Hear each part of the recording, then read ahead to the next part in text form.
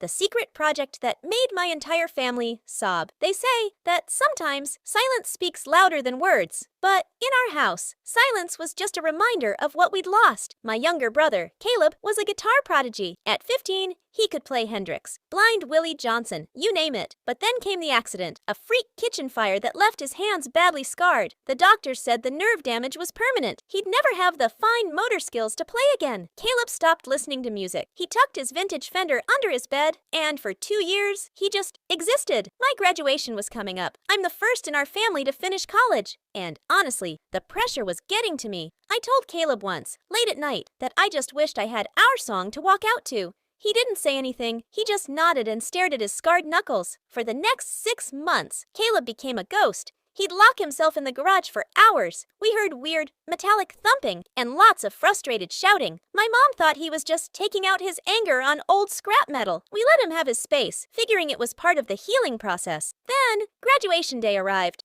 After the ceremony, we had a small backyard barbecue. Caleb walked out, carrying that old, dusty Fender, but it looked different. He had spent those 6 months in the garage, building a custom slide guitar rig. With special extensions, he'd welded himself to fit his grip. The backyard went dead silent. Caleb took a deep breath, his face tight with focus, and then he hit the first chord of Blackbird. It wasn't perfect. His hands were shaking, and you could see the sheer agonizing effort it took just to slide the bar. But it was the most beautiful thing I've ever heard. My mom dropped her plate of potato salad, and I lost it. I was a sobbing mess in the middle of the lawn. He didn't just build a guitar rig, he built a way back to himself. When he finished, he looked at me and whispered, "Congrats, sis. I told you, I'd play you home." He isn't just a survivor anymore. He's a warrior.